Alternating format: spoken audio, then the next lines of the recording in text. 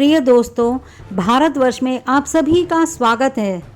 आज हम जानते हैं कि भगवान श्री कृष्ण के अवतार का उद्देश्य क्या था। हिंदू धर्म के सबसे बुनियादी और महत्वपूर्ण पहलुओं में से एक अवतार की अवधारणा है। दोस्तों, भगवान श्री कृष्ण 8वें अवतार थे जो राजनेता, राजनीतिज्ञ एवं प्रेमी के रूप से जाने जाते हैं। उन्होंने समाज के नियमों का आनंद लेते हुए हमें यह सिखाया कि सामाजिक ढांचे में रहकर कैसे फला फूला जा सकता है। यह हिंदू धर्म में मूल धारणा है कि भगवान समय समय पर मानव या अन्य रूपों के रूप में जन्म लेने के लिए पृथ्वी पर उतरते हैं। भगवान अच्छे की रक्षा करते हैं, बुराई का नाश करते हैं और धर्म को बहाल करते हैं। ऐसे परमात्मा या व्यक्ति को एक अवतार के रूप में जाना जाता है। कृष्ण के अवतार को पूर्ण अवतार माना जाता है, एक ऐसा अवतार जिसमें ईश्वरीय गुण पूर्ण रूप से प्रकट होते थे। भारत में वैष्णवों द्वारा भगवान श्री कृष्ण को शायद सबसे अधिक प्यार और पूजा की जाती है। वास्तव में श्री कृष्ण की पूजा ने भी भारत की सीमाओं को पार कर लिया है। श्री कृष्ण मधुर व्यक्ति हैं, प्रेम का व्यक्तिकरण है, भक्तों के प्रति उनका आकर्षण चुंबकीय है। प्रिय दोस्तों, आज हम जानते हैं कि श्री कृष्ण के अवतार का उद्देश्य क्या था। मनुष्य को दुख 3 बातों से होता है। एक कंस से दुख होता है, दूसरा काल से और तीसरा अज्ञान से दुख होता है। मथुरा के लोग कंस से दुखी थे। यह संसार ही मथुरा है। कंस के 2 रूप हैं। एक तो खपे खपे जो सिर्फ अपने ही बारे में सोचते हैं कि उन्हें और चाहिए और सिर्फ अपने ही स्वार्थ में वो दूसरों की ओर कोई ध्यान नहीं देते, चाहे उनकी कोई भी दशा हो जाए। यह कंस का स्थूल रूप है। दूसरा है कंस का सूक्ष्म रूप, ईश्वर की चीज़ों में अपनी मालिकी करके अपने अहम की विशेषता मानना कि मैं धनवान हूँ, मैं सत्तावान हूँ।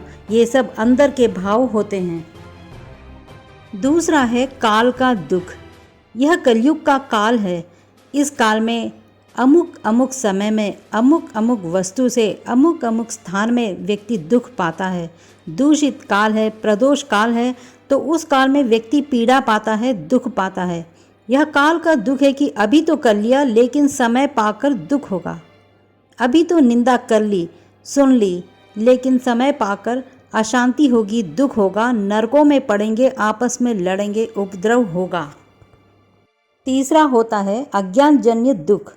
अज्ञान क्या है? हम जो हैं उसको हम नहीं जानते और जो हम नहीं हैं उसको हम मैं मानते हैं। अज्ञानेन वृतं ज्ञानम तेन मुह्यन्ति जन्तवः। अज्ञान के द्वारा ज्ञान ढका हुआ है, उसी से सब अज्ञानी मनुष्य मोहित हो रहे हैं। कितने बचपन आए, कितनी बार मृत्यु आई, कितने जन्म आए और गए, फिर भी हम हैं। अतः तो हम नित्य हैं, चैतन्य हैं, शाश्वत हैं, अमर हैं। इस बात को न जानना यह अज्ञान है।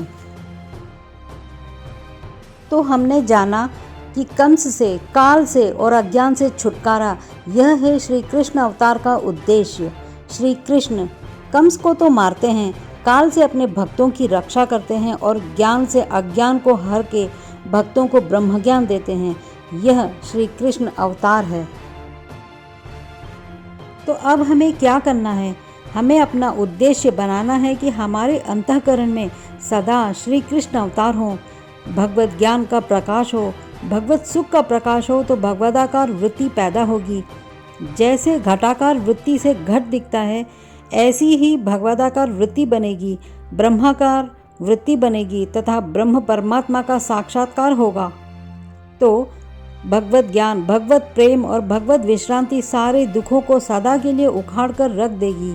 इसलिए ब्रह्म ज्ञान का सत्संग सुनना चाहिए, उसका निधि ध्यासन करके विश्रांति पानी चाहिए। तो दोस्तों, आज हमने देखा कि श्री कृष्ण अवतार क्या हैं और उनके अवतार का उद्देश्य क्या था। प्रिय दोस्तों, आशा है कि श्री कृष्ण के अवतार के उद्देश्य को प्रस्तुत करने की ये कोशिश आपको अवश्य ही पसंद आई होगी। आप सबका बहुत बहुत धन्यवाद।